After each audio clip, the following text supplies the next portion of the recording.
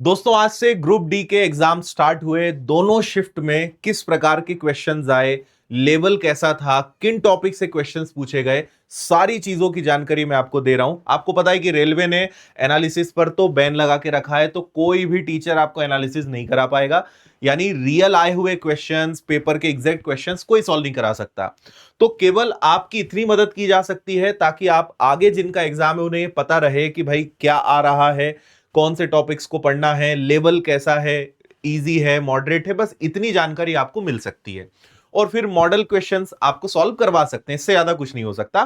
तो बहुत अच्छे तरीके से मैं आपको चीजें यहां पे समझा रहा हूं। पहले हम वन बाय वन सारे सब्जेक्ट्स पे डिस्कस कर लेते हैं। देखो, ओवरऑल अगर मैं कहूं तो पेपर का लेवल इजी टू मॉडरेट आ रहा है। एक बात ये आपको याद रखनी है।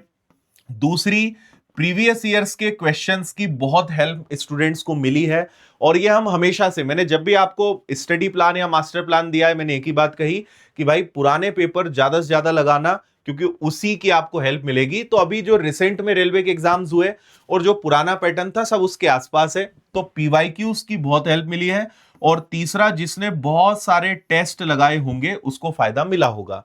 तो अब वन बाय वन सब्जेक्ट्स पे हम बात कर लेते हैं। जैसे मैथ्स में जो देखने को मिला है कि रेशो के आपको लगभग 2 सवाल, पार्टनरशिप के 2 से 3 सवाल, टाइम एंड वर्क का 1 सवाल, पाइप एंड सिस्टम नल टंकी के 2 सवाल, सीआईएसआई साधारण ब्याज चक्रवृद्धि ब्याज के 2 से 3 सवाल, सिंप्लीफिकेशन के 1 से 2 सवाल, ट्रेन का 1 सवाल, मेंसुरेशन के 2 सवाल, नंबर सिस्टम के 2 से 3 सवाल भी थे, एलसीएम एचसीएफ का 1, प्रॉफिट एंड लॉस से 3 से 4 सवाल थे सबसे ज्यादा, और मीन मीडियन मोड यानी स्टेटिस्टिक्स से 1 से 2 सवाल थे।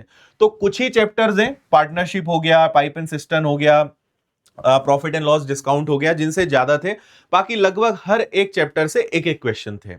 और मैं आपको पहले ही बता दूं कि इसका यह मतलब कतई नहीं है कि भाई आज प्रॉफिट एंड लॉस के 4 सवाल आए तो अब इसी का बोलबाला रहेगा।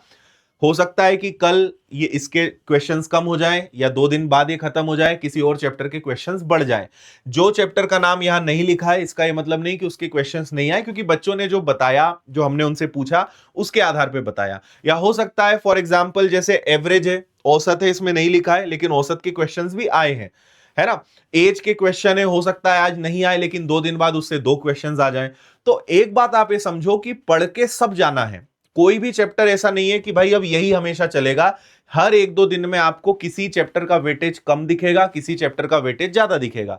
ये डेली होना है, इसीलिए हर एक टॉपिक पढ़ के जाना पड़ेगा। एनालिसिस से आपको बस ये पता चलेगा कि अभी किस चीज के बारे में ज्यादा पूछा जा रहा है, कौन से टॉपिक्स ज्यादा आ रहे हैं। बस इतना इसको समझो। इतना दिल पे नहीं लेना है कि भाई यही आएगा, क्योंकि एग्जाम 1.5 महीने चलना है। आपको हर 1-2 दिनों में कुछ ना कुछ नया देखने को मिलेगा, तो ये ध्यान रखो। मतलब थोड़ा सा हमें प्रैक्टिकल चलना है ताकि हम डिस्ट्रैक्ट ना हो। रीजनिंग की अगर बात करें तो डायरेक्शन के 2 से 3 सवाल, कोडिंग डिकोडिंग के 2 से 3 सवाल, एनोलॉजी के 2 से 3, सीरीज के 2 से 3, अल्फाबेट्स के 2 सवाल, क्लासिफिकेशन के 1-2 सवाल, वेन डायग्राम से 2 सवाल, सिलोलिज्म से 1 से 2 सवाल, ऑर्डर रैंकिंग से, सिटिंग अरेंजमेंट से 4 से 5 क्वेश्चंस, मैथमेटिकल ऑपरेशन से 4 से 5 क्वेश्चंस, और लॉजिकल रीजनिंग से 2 सवाल। तो रीजनिंग में तो किसी बच्चे ने कहा ही नहीं कि सर कुछ नहीं बना, सब कुछ बहुत आसान था और रीजनिंग यूं भी बन जाती है। और यहां आज के पेपर में तो चीजें और अच्छी थी, तो रीजनिंग में कहीं किसी बच्चे ने कुछ नहीं कहा। जैसे मैथ्स में 2-4 सवाल थोड़े से कैलकुलेटिव थे, लेकिन आप ये समझो कि अगर ऑप्शन एलिमिनेशन मेथड आती है, डिजिटल सम आपको आता है या यूनिट डिजिट आती है, तो आपको सॉल्व नहीं करना पड़ेगा, बहुत जल्दी आपके आंसर्स आ जाएंगे। तो कोई बड़ी बात उसमें नहीं है। इसके बाद साइंस की अगर बात करें तो फिजिक्स से न्यूमेरिकल बेस्ड क्वेश्चंस देखने को मिले, केमिस्ट्री से भी नॉर्मल लेवल के क्वेश्चंस थे बट अच्छे सवाल आए थे इसमें, और बायोलॉजी के सवाल कम थे लेकिन human body, vitamin, basic bio के जो कॉन्सेप्ट्स हैं इनसे क्वेश्चंस आए थे। और सबसे इंपॉर्टेंट फिर जनरल अवेयरनेस की बात करें तो करंट अफेयर्स से 10 से 12 सवाल आए थे। और लगभग आप मान के चलिए कि लास्ट 1 ईयर का, आज से 1 साल पुराने तक का करंट अफेयर्स कम से कम पढ़ के जाना है, उसका फायदा आपको मिलेगा। स्टैटिक जीके के 6 से 7 सवाल थे, और बाकी फिर अदर की भाई हिस्ट्री, ज्योग्राफी, पॉलिटी, इन सब से मिला के आपको लगभग 4 से 5 क्वेश्चंस देखने को मिलेंगे। तो ये ट्रेंड आज का रहा है और हम कोशिश करेंगे कि ऐसा ही आपको ट्रेंड हर दिन या हर 1-2 दिन में देते रहें, ताकि आपको पता रहे कि क्या चल रहा है ना।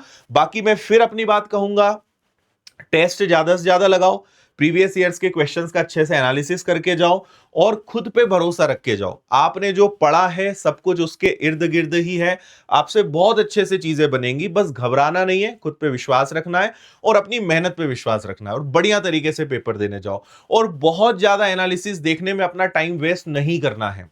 चीजें 90% यही रहेंगी, थोड़ा बहुत बदलाव होगा। ज्यादा देखोगे आपका दिमाग और ज्यादा परेशानी होगा, है ना। अल्टीमेटली चीजें आपसे एग्जाम में सब बनेंगी, इस बात पे विश्वास करके बिंदास पेपर देने जाओ और प्रैक्टिस करो, क्वेश्चंस लगाओ, है ना। ज्यादा से ज्यादा टेस्ट लगाओ, एमसीक्यूज लगाओ, पीवाईक्यूज लगाओ, वही आपको हेल्प करेंगे। तो कोई घबराने वाली बात नहीं, कोई सिलेबस में चेंज नहीं, कोई पैटर्न में चेंज नहीं, कुछ नया नहीं, सब कुछ वही जो पहले था वही का वही है ना। अल्टीमेटली ग्रुप डी का एग्जाम है यार, आईएएस का तो है नहीं कि आपको कुछ भी उठा के दे देंगे, कुछ बहुत कठिन बना देंगे। उनकी भी मजबूरी है, 10th लेवल तक का लेवल मेंटेन करना है, तो कुछ ज्यादा उसमें छेड़छाड़ वो नहीं करेंगे, ठीक है। और आप सभी के लिए 1 दिसंबर को विनर्स का फाउंडेशन डे है, स्थापना दिवस है। तो कुछ ऐसे धमाके, 8 बड़े धमाके हम करने जा रहे हैं, उसके लिए तैयार रहिएगा। 1 दिसंबर रात 8 बजे शिक्षा जगत में बहुत क्रांतिकारी कदम हम उठा रहे हैं। और मैंने एक वीडियो में भी कहा था कि जो लोग कर नहीं पाते हैं, सोच नहीं पाते हैं, वो हम करके दिखाएंगे। और बहुत गजब चीजें हमने आपके लिए प्लान करी है। तो 1 दिसंबर को आप जरूर जुड़िएगा, आपको मजा आ जाएगा, है ना। तो ये रहेगा। बाकी विनर्स के एप्लीकेशन पे ग्रुप डी, एनटीपीसी, रेलवे का फाउंडेशन बैच, टेस्ट सीरीज सब कुछ मिल जाएगा। और हर संडे फ्री टेस्ट तो हम देते ही हैं। तो ये सब बहुत कम फीस में उपलब्ध है। और अभी फाउंडेशन डे पे हम ऑफर भी लाएंगे, तो और कम में आपको ये चीजें मिल जाएंगी। तो ये सब उपलब्ध है, बढ़िया तरीके से इनसे तैयारी करिए। ऑफलाइन अगर आपको पढ़ना है तो आप इंदौर आकर ऑफलाइन बहुत अच्छे से तैयारी कर सकते हो, वही सारे टीचर्स के साथ जो आपको ऑनलाइन पढ़ाते हैं। तो विनर्स की ऐप पर सब चीजें आपको मिल जाएंगी। किताबों के लिए पब्लिकेशंस ऐप है, फ्लिपकार्ट, अमेजॉन सब कुछ है। और टेलीग्राम चैनल आप जरूर ज्वाइन कर लें ताकि सारे अपडेट आपको एकदम फास्ट मिलते रहे, ठीक है। तो दैट्स इट, आज का ये एनालिसिस है। बाकी जिन्होंने आज एग्जाम दिया है कमेंट करके जरूर बताइएगा अगर और कुछ यहां छूट रहा है, ताकि बाकी बच्चों को भी उससे मदद मिल जाए। और फिर कुछ नई चीज आती है इससे रिलेटेड तो मैं आपके लिए फिर से वीडियो लेकर आऊंगा। फिलहाल इतना ही, थैंक यू, जय हिंद।